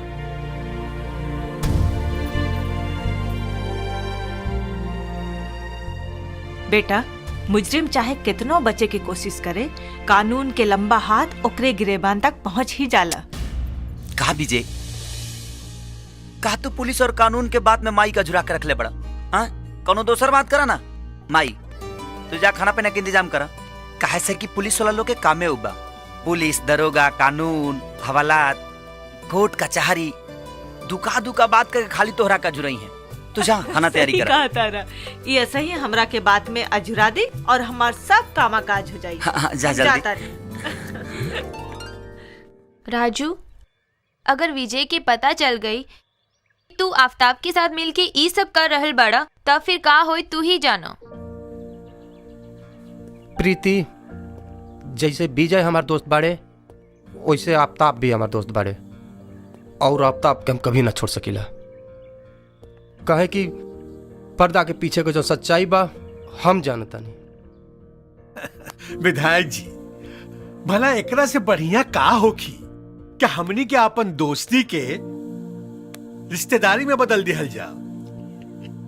श्वेता बिटिया जैसन बढ़िया बहू भला कौन माई बाप के स्वीकार ना होखी है? मतलब आपके रिश्ता मंजूर बा? अरे बिल्कुल भाई बिल्कुल।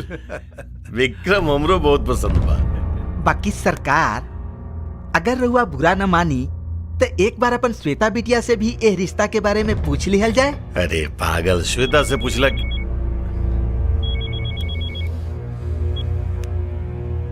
हाँ बोल। गड़बड़ हो गया सर।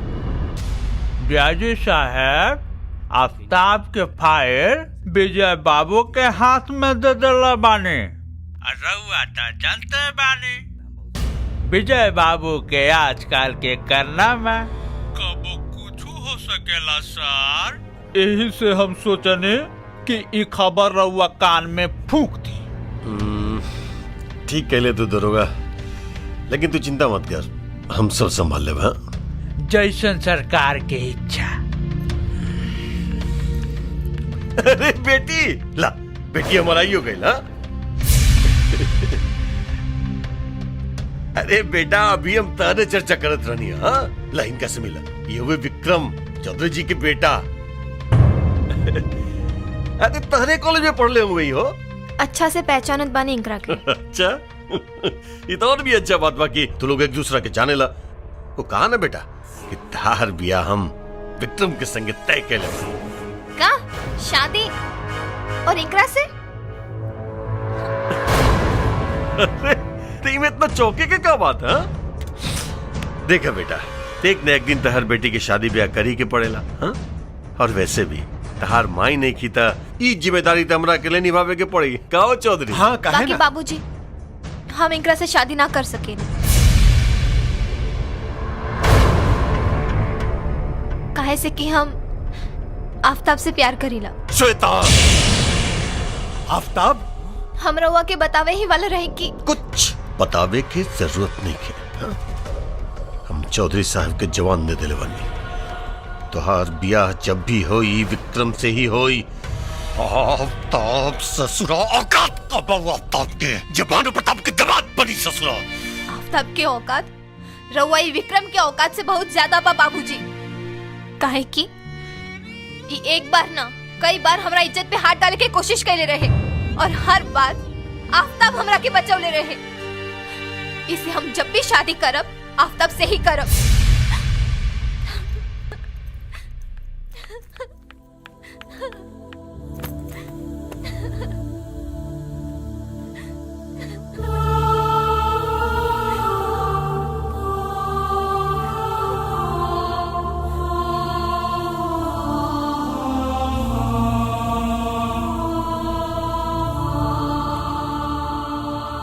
जा तो हर काम हो जाए, जा।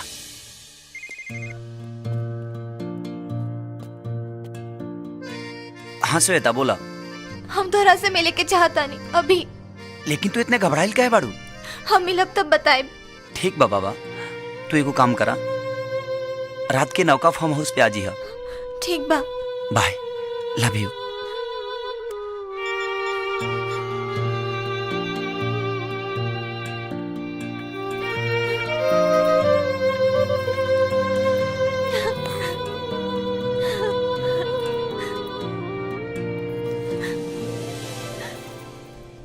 आफ्ताब, हमार बाबूजी हमारी शादी विक्रम के साथ कर रहल बाड़न।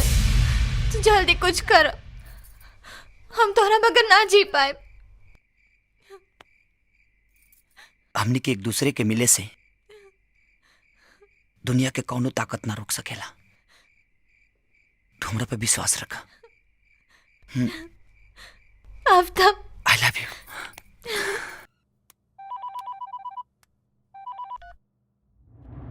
बोला भानु प्रताप। सुना मंत्री वो माधव शुक्ला के रास्ता से हटावे के कार्यक्रम तो ससुर बिल्कुल उल्टा पड़ गई यार। सुने में बता कि पार्टी हाई कमान ओकरा बेटा के टिकट दे रहल बा। हाँ, बात तो कुछ वैसने बा। हमू कोशिश में लागल बानी कि एकरा के कौनो न कौनो अड़ंगा लगवा के कैसहू रोकवावल जा सके। हाँ, तू रोका रोका, हम ससुरा के ठोकब आज के आज ठोकब ससुरा के। हम जानता नहीं भानु प्रताप, तू अपना राजनीति से बाज ना आई बा। वैसे हम काल आ रहल बानी तो ई विषय में बातचीत हुई। हाँ ठीक बाबा। अरे फोन कैले रहले अब तक जी हुजूर, फोन कैले रहनी अवते हुई। मतलब बबलू शुक्ला के भी चौधरी फुल एंड फाइनल। ससुरा बड़ा निर्दयी चीज होला, राजनीति कसम से निर्दयी चीज होला। और ऊपर से कुर्सी, एक बार जेकरा कर लत लग जाए ना, ससुर मरे के बाद भी ना छूटे। कुर्सी चाहिए तो चाहिए कोनो हालत में बस। हमार जरूरत पड़ गई ना विधायक जी। अरे अब बेटा, अब देखा ना बेटा, जहाँ बहुत ज्यादा प्यार होला ना, टकराहट भी हो जे होला, है ना। राजनीति ना काम के बात करें। अरे बेटा बेटा बेटा, देखा लगा था कि तू अभी ले नाराज पड़ा। हाँ काहे नौक पा, हम जाना ताने कि हम गलती कहीं। हमरा अफसोस पा, बहुत अफसोस पा बेटा। अरे भुला जाना, तू भुला जा। काम का बा पहले बताई। अरे क्या नाम होकर बेटा क्या? बबलू शुक्ला। बबलू शुक्ला। देखे बेटा, पार्टी ना बबलू शुक्ला के सहानुभूति में टिकट दे रहा बा। हाँ, लेकिन हम चाहता नहीं कि सहानुभूति पार्टी के साथ रह जाए और टिकट हमरा मिल जाए। हाँ? कहाँ मिली हो? पटना आ जा रहा बा। वापस ना लौटी। सलाम। विधायक जी, ये अफ्ताबुआ तो एकदम रोबोट लिखा काम कर रहा था। करी का है ना रे? हाँ? अरे करी ने तो ससुरी मुठम राते में ठोक दे।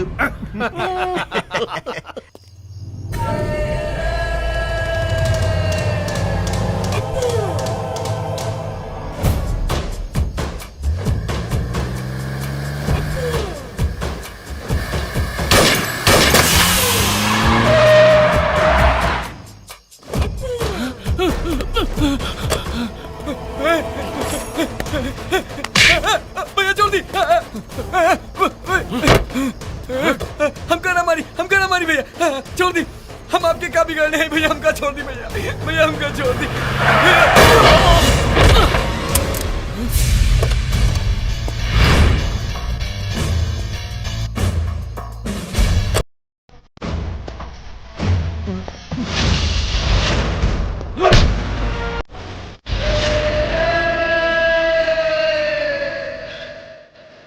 आफ्ताब,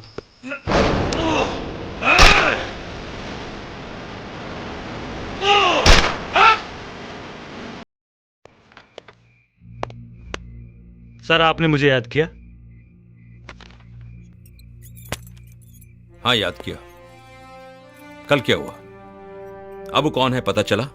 सर मैं घटना स्थल पर अबू के चेहरे से नकाब उतार चुका था कि अचानक उसने मेरी आंखों में धूल झोंक दिया और मैं उसे देख नहीं पाया। अच्छा, तुम्हारी आंखों में धूल झोंक के चला गया? या तुम मेरी आंखों में धूल झोंक रहे हो?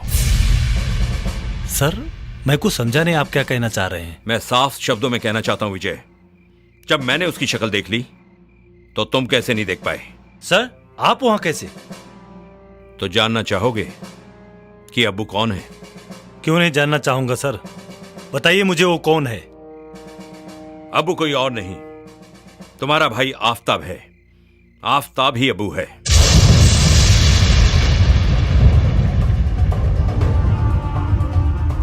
नहीं सर, आपको गलतफहमी हुई है। मेरा भाई आफताब? नहीं सर, मेरा भाई आफताब अब्बू नहीं हो सकता। इसमें आश्चर्य करने की कोई बात नहीं है विजय। ये जानते हुए कि अब्बू तुम्हारा भाई है, उसे कानून के सामने लाने की जिम्मेदारी मैं तुम्हें सौंपता हूं। ये रही उसकी आफताब से अब्बू बनने की पूरी फाइल।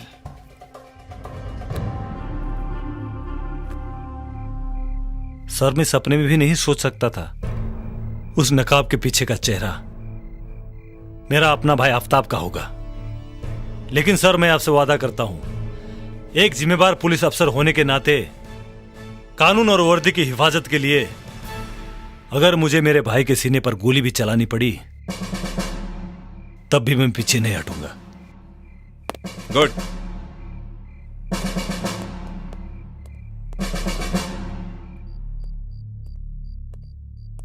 अरे बेटा आ गई ले? इतना रात के कहां से आवता रहा? का है आफताब आगिल का? अभी ना कुछ काम से गइल बा। काम से गइल बा? काश माई कब वो आफताब से भी पूछ लेते कि इतना रात के वो कहां जा रहा बा। पलक झपकते ही इतना रुपया पैसा धन दौलत गाड़ी नौकर चाकर ऐसो आराम कहां से आयल? का बक रहल बाड़ा? आखिर तू कहे का चाहता रहा? माई जौन हम कहे के चाहता नहीं तू सुन ना पैबू। बोल के तो देखा, माई के कलेजा इतना कमजोर नहीं खे। ता सुना, अब्बू की हो और ना,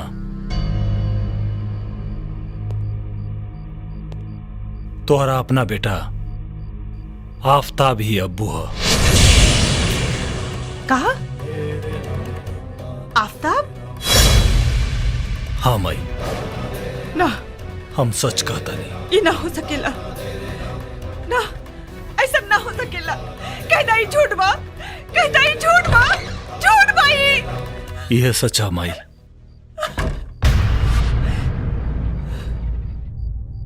का झूठ बा माई? का बात बा? मत बोल हमरा के माई, आज से तोर माई मर गई।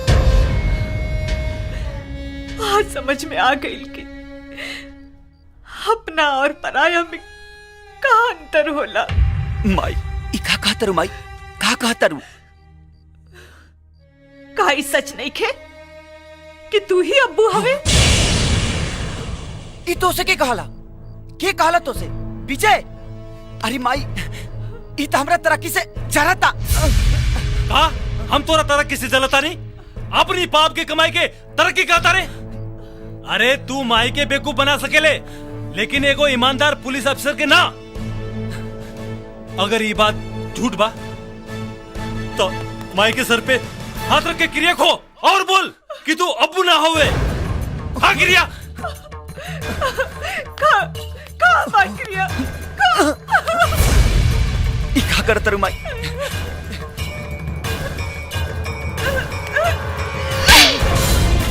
तोहरा जैसन मुसलमान गलती करेला और दुनिया के सारा मुसलमान कौम बदनाम होला।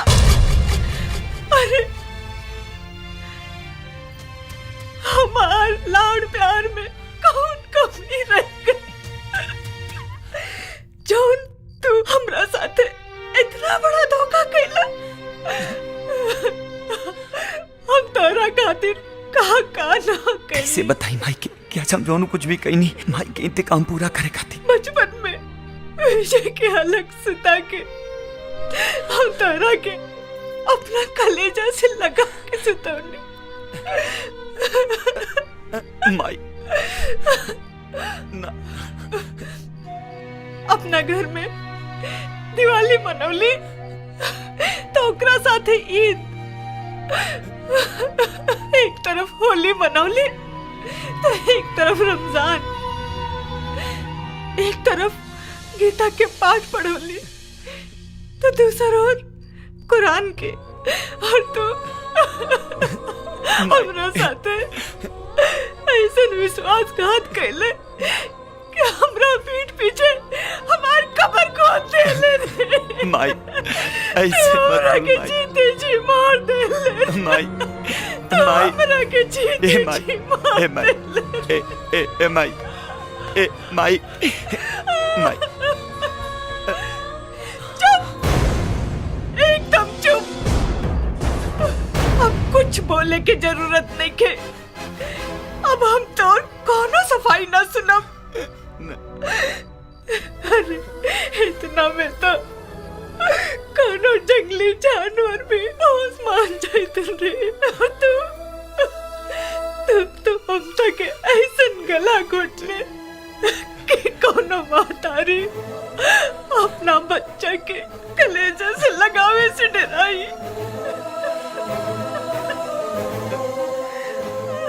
ए माई ए माई विजय ले चल हमरा के यहाँ से, नहीं तो ये पाप से बनल छत के नीचे हमार दम घुट जाई।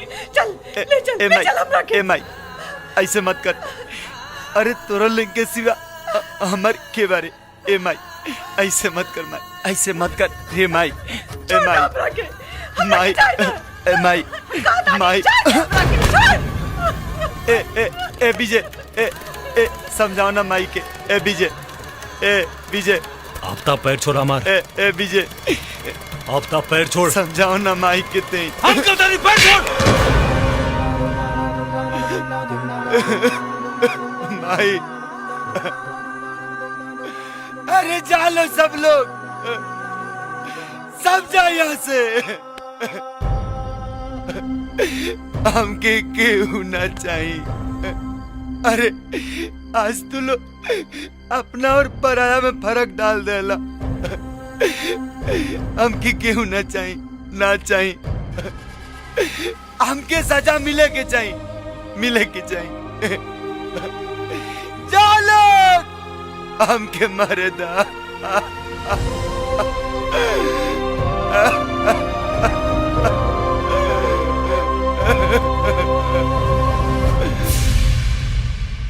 क्यों मुझे रुसवाई दी, क्यों किया मुझको जुदा, क्या मेरे इस बंदगी में थी कमी मेरे खुदा।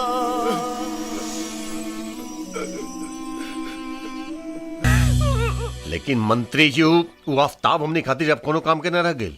कानून के नजर में ससुरा के चेहरा आ गइल बा। अगर ओकरा बारे में कुछ सोचे लग गइल ना तो बहुत डेंजर हो सकेला हमने के खातिर। और ऊपर से ओकर भाई विजयया ससुरा कानून के रखवाला समझेला अपना आपके। अच्छा होइत विजयया आफ्ताब बा के ठोक देले रही। शांत हो जा भानु प्रताप, शांत हो जा। राजनीति करे वाला के इतना गुस्सा शोभा ना देला। सब ठीक हो अरे जाएगा। का खाक ठीक हो जाई। उदीने बोले रहले कि शुक्ला के बेटा के मारियो ने पहला ससुरा वल्लस के निशाना चुक गेल हमार। निशाना उसाना ना चुकल। विजयया के देख के फट गेल ओकर। हमरा तो डर लगा था कि कहीं विजयया के सामने हमने के राज दौकल देबे आफ्ताब। तू चिंता मत करा, ई विषय में हम डीआईजी से अभी बात करब। का हो ओकरा से मतलब का निकली होकर। तू तो ई कहावत सुनले होखबा कि लोहा के लोहा काटेला। हम ऐसन चाल चलब कि ओकरा के धोबी के कुत्ता बना दे। ना उ घर के रह जाई ना घाट के। तू देखत जा।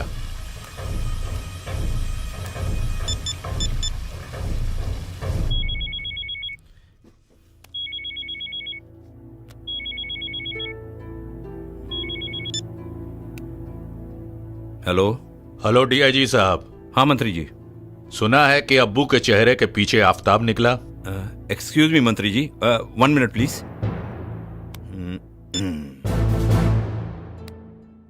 जी मंत्री जी, क्या कहा आपने? मैंने कहा है कि अब्बू के चेहरे के पीछे आफताब निकला है। बिल्कुल ठीक सुना है मंत्री जी आपने। तो फिर क्या सोच रहे हो? सोचना क्या है मंत्री जी, कागजी कार्रवाई के बाद उसको गिरफ्तार कर लेंगे बस। गिरफ्तारी क्यों, एनकाउंटर क्यों नहीं? सर मैं कुछ समझा नहीं। अरे भाई, रोज इतने एनकाउंटर होते हैं शहर में, एक और सही। मार दो इसे, तुम्हें मुंह मांगी रकम मिल जाएगी। लेकिन सर। लेकिन वेकिन कुछ नहीं, समझदार हो, जैसा कहा गया है वैसा ही करो, समझ गए? सर वो हेलो हेलो। अरे वाह मंत्री जी, तू तो सही में ओकरा कुत्ता बना देला हो। भानु प्रताप, राजनीति में जेकर कुर्सी जितना ऊंच होला उतना ही ऊ नीचे होला।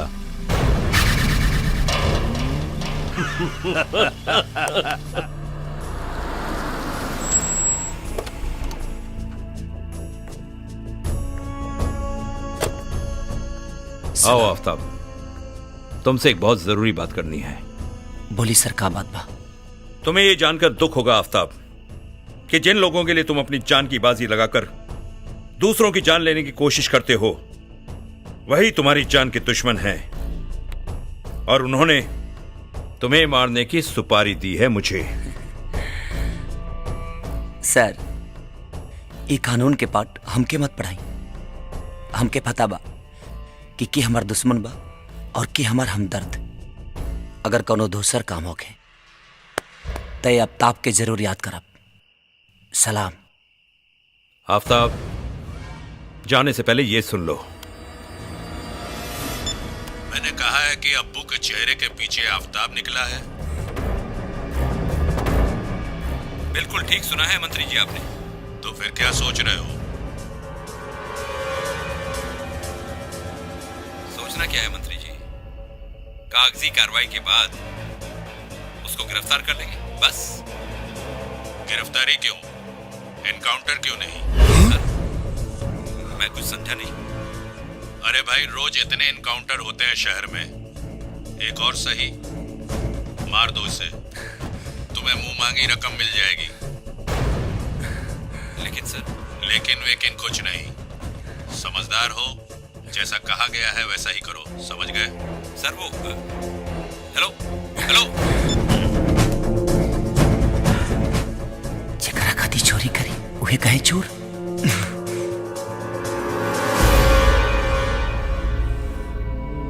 मेरी सलाह मानो, अपने आप को कानून के हवाले कर दो, सरकारी गवाह बन जाओ। मैं तुम्हारे साथ हूं। सर, अब वो अपन काम करी और आज से आफ्ताब अपन काम करी।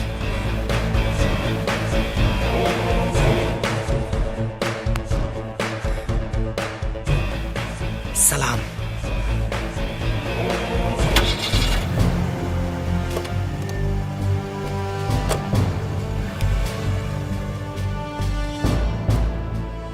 हम पुलिस वाले लोहे को लोहे से काटना बहुत अच्छी तरह जानते हैं।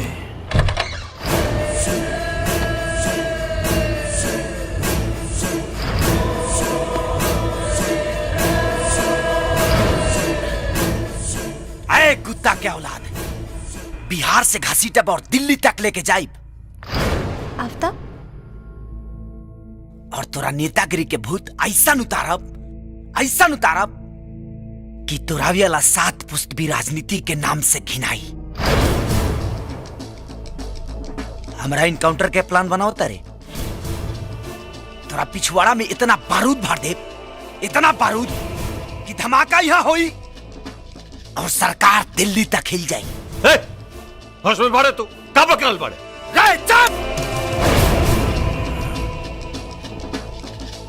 ना तो तोरा बॉडी में इतना छेदा करब कि डॉक्टर भी कंफ्यूज हो जाए कि कौन छेदा कौना कामयाब है।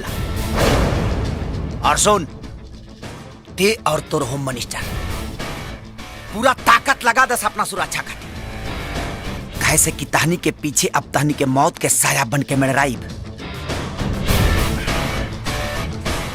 और तहनी के खोदल कब्र में तोहनी के दफनाइब।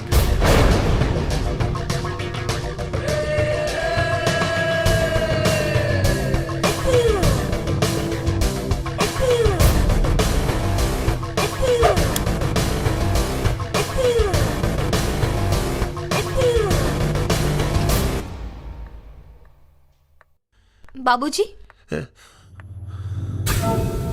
देख देख ले बेटी, देखी है आफ्ताबा कैसन धमकी देके गेल बा हमरा, और तू बेटा एकरे से प्यार करे ले। अरे ये भाई ससुरा के सच्चाई तो राउर भी हमरा सामने आ गई बाबूजी। राउर चेहरा के असलियत हमरा सामने आ गई बा। आफ्ताब गलत नहीं खे, आफ्ताब के गलत बनौले बानी रहुआ। केहू काटा बोई तो फल कहाँ से खाई बाबूजी।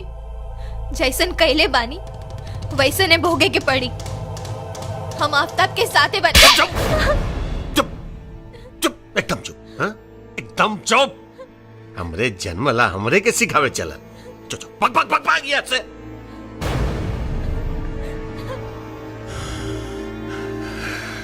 ससुरा सही कह जाला रे, वक्त बुरा इला पे साया भी साथ छोड़ दे बेला।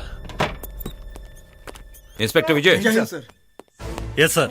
एक गुप्त सूचना के आधार पर हमें यह खबर मिली है कि चुनावी सभा को संबोधित करते समय आफ्ताब होम मिनिस्टर और विधायक भानु प्रताप दोनों को मारने वाला है। सुरक्षा के चारों तरफ कड़े इंतजाम करवा दो और हो सके तो आफ्ताब को रंगे हाथों गिरफ्तार करो। यस सर, मैं आपको विश्वास दिलाता हूं कि मैं आफ्ताब को किसी भी कीमत पर गिरफ्तार कर लूंगा। फर्ज और कानून के हिफाजत के लिए अगर मुझे उस पर गोली भी चलानी पड़ी तो मेरे हाथ नहीं कांपेंगे sir. I am proud of you inspector Vijay. Best of luck. Thank you सर।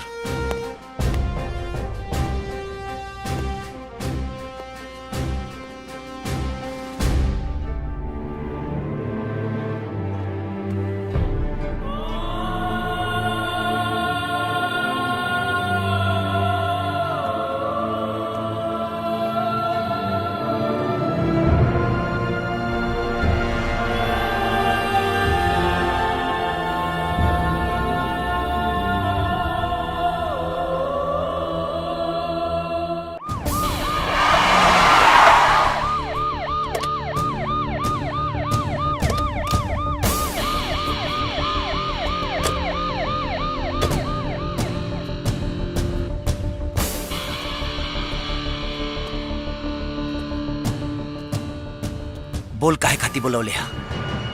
हमरे माई से थम के दूर कर देले। अब ते का चाहता रे? देख भाई, पुलिस के पता चल चुकल बा कि तू होम मिनिस्टर और विधायक भानु प्रताप के मारे वाला बाड़े। अपने आप के कानून के हवाले कर दे, ना तो एकर परिणाम अच्छा ना होई। ते हमके धमकी देता रे कि सलाह? अगर धमकी देता रे तो तोरा धमकी से हमरा पर कौनो असर पड़े वाला नहीं के, और सलाह देता रे तो ओकर कौनो जरूरत नहीं के। ते अपन काम कर, हम अपन करब, चाहे ओकर परिणाम कुछ भी होके। तो सुन, भाई के नाते समझावल हमार फर्ज रहे। अब तू इंस्पेक्टर विजय के सुन। अगर तू कानून के अपना हाथ में लेबे के कोशिश भी कैले तो हमरा पिस्टल से निकलल गोली ना देखी और ना सोची कि सामने वाला अपराधी के छाती हमरा भाई के है। तो चला दी है गोली। बाकी हम ओ दोनों राक्षसन के छोड़े वाला नहीं खी। कैसे कि जब हम एक बार ठान ली लेना तो घटना के अंजाम दे के ही दम लिहिला। पगला गल बाड़े तू? अरे दिमाग खराब हो गल बा तोर? बेमौत मरल चाहत बाड़े तू? अरे हम तोरा भला खातिर सोचतानी, और तू समझत काहे नहीं के? अरे हम तोर भाई है, दुश्मन ना। बस कैसन भाई और कैसन रिश्ता? तेगो कानून के रखवाला हुए और हम कानून तोड़ने वाला मुजरिम। अरे तोर हमारा रिश्ता तो वही दिन खत्म हो गई जहियते आफ्ताब के अब्बू के रूप में देख ले बस। तोर और मोर रिश्ता चल मान लेनी, पुलिस और मुजरिम खत्म हो गई, लेकिन वो माई के बारे में सोच के देख तू। अरे वो माई के का हुई तो आज भी आफ्ताब के इंतजार में पल पल आंसू बहाव दिया, लेकिन अब्बू के इंतजार में ना। देख भाई, अभी भी वक्त बा, सब ठीक हो जाए। हम कहता नहीं सब ठीक हो जाए, बस तो अपने आप के कानून के हवाले कर दे। ई नहीं हो सकत।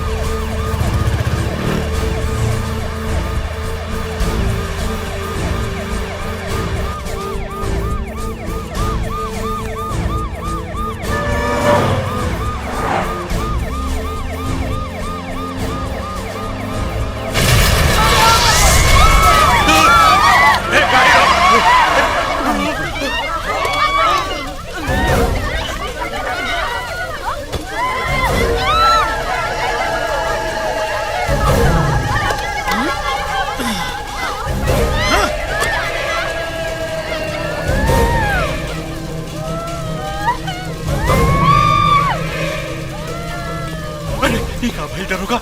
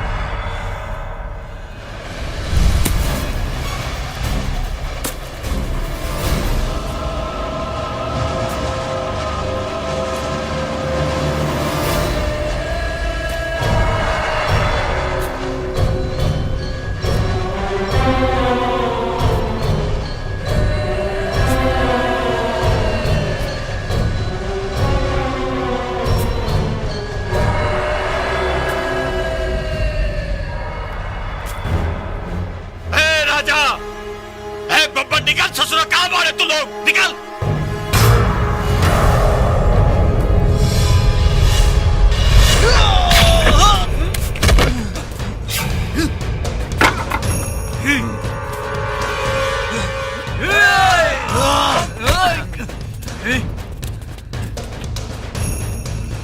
मान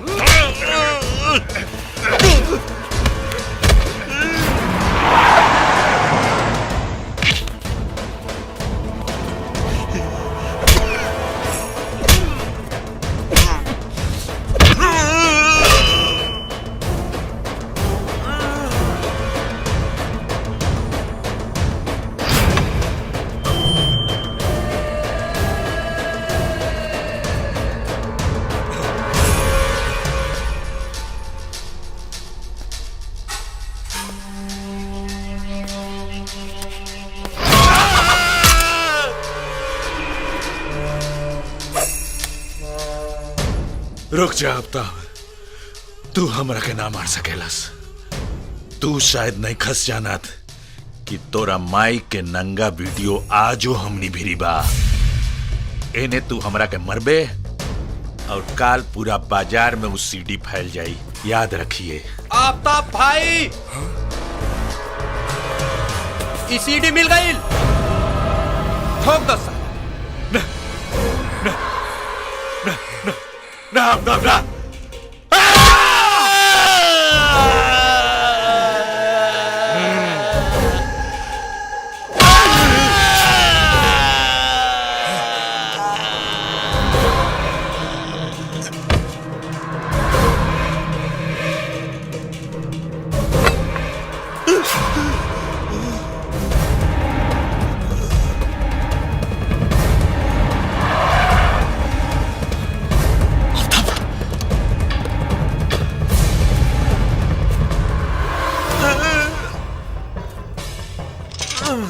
रुक जा आफ्ताब, कानून के अपना हाथ में मत ले।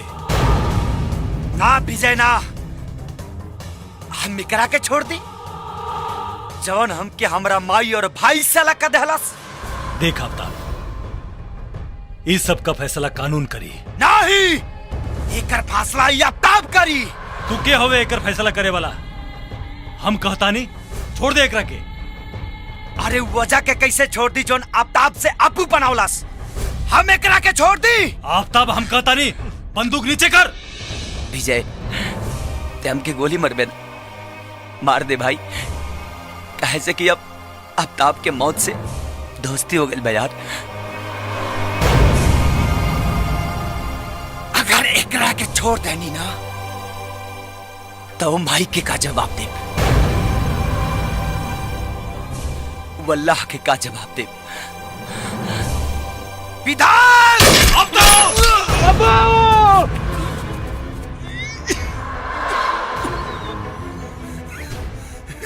बेटा मत जाओ कर पीछे, अगर कोनो गलती नहीं के मुझे भी खेलस सब हमरा इशारा पे के भाई।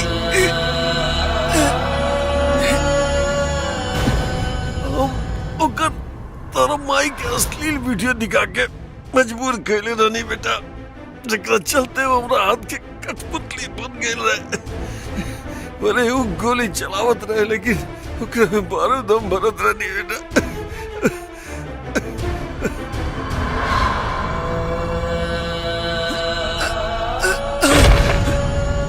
माई ओकरा कोनो गुनाह नहीं के, ओकरा माफ कर दे बेटा।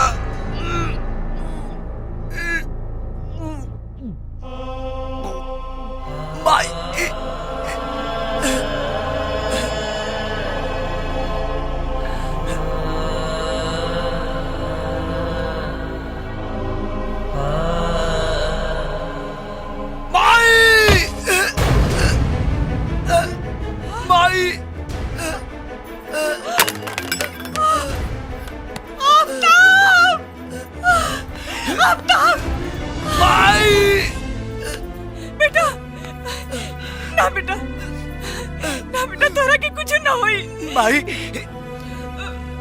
मरता हम वही दिन गए रहनी चाहिए तू घर छोड़ के आइलू और आज तई खाली शरीर जाई। माई माफ कर दिए माई, हम तो बात ना मननी लेकिन ई बात के हमके खुशी बा माई। जवन मंत्री विधायक तो के बेइज्जत कैले और दोनों के मार देनी माई, और इंतकाम पूरा कर देनी माई, पूरा माई।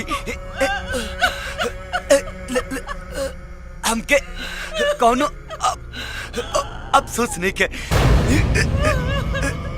अपने कहला पा, लेकिन एक बात की तकलीफ बा माई।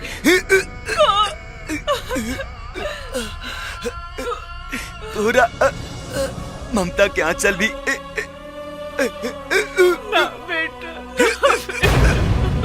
अपने आफ्ताब के ना जान पौलस।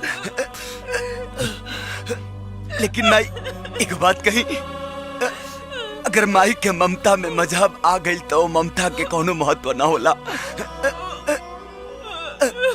ऐसे तो इस्लाम धर्म में लोग मरते ही जन्नत मांग लेला, लेकिन हम अल्लाह से दुआ करब, या अल्लाह अगला जन्म अगर मिले तोरा आंचल के साथ साथ तोरा कोख से भी पैदा हुई।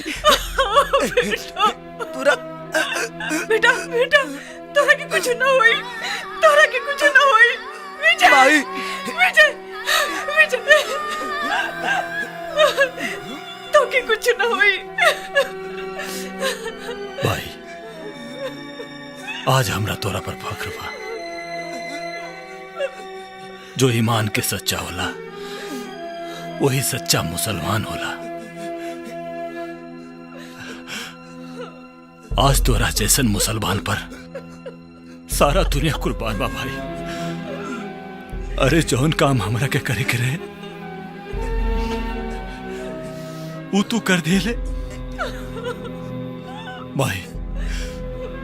माए अगर आज आफ्ताब के कुछ हो जाए तो हम अपना आप के सारा जिंदगी माफ ना कर पाए। विजय ये का हो गया हमरा हाथ।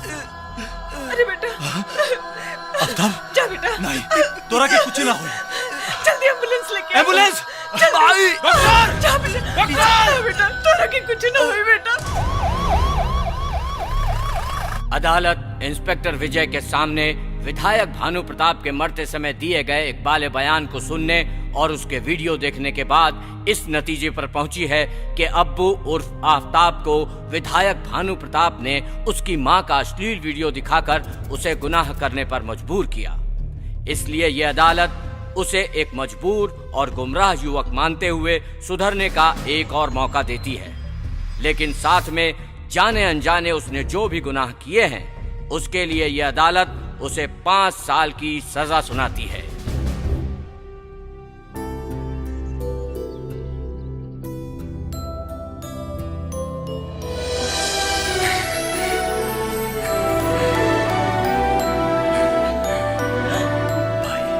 सलाम भाई।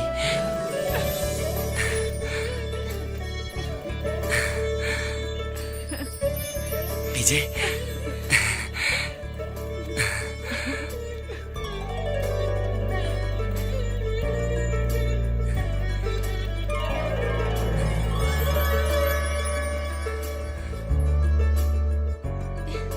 अरे यार अब तू लोग जाला हमारे के हनीमून के तैयारी करे डालो।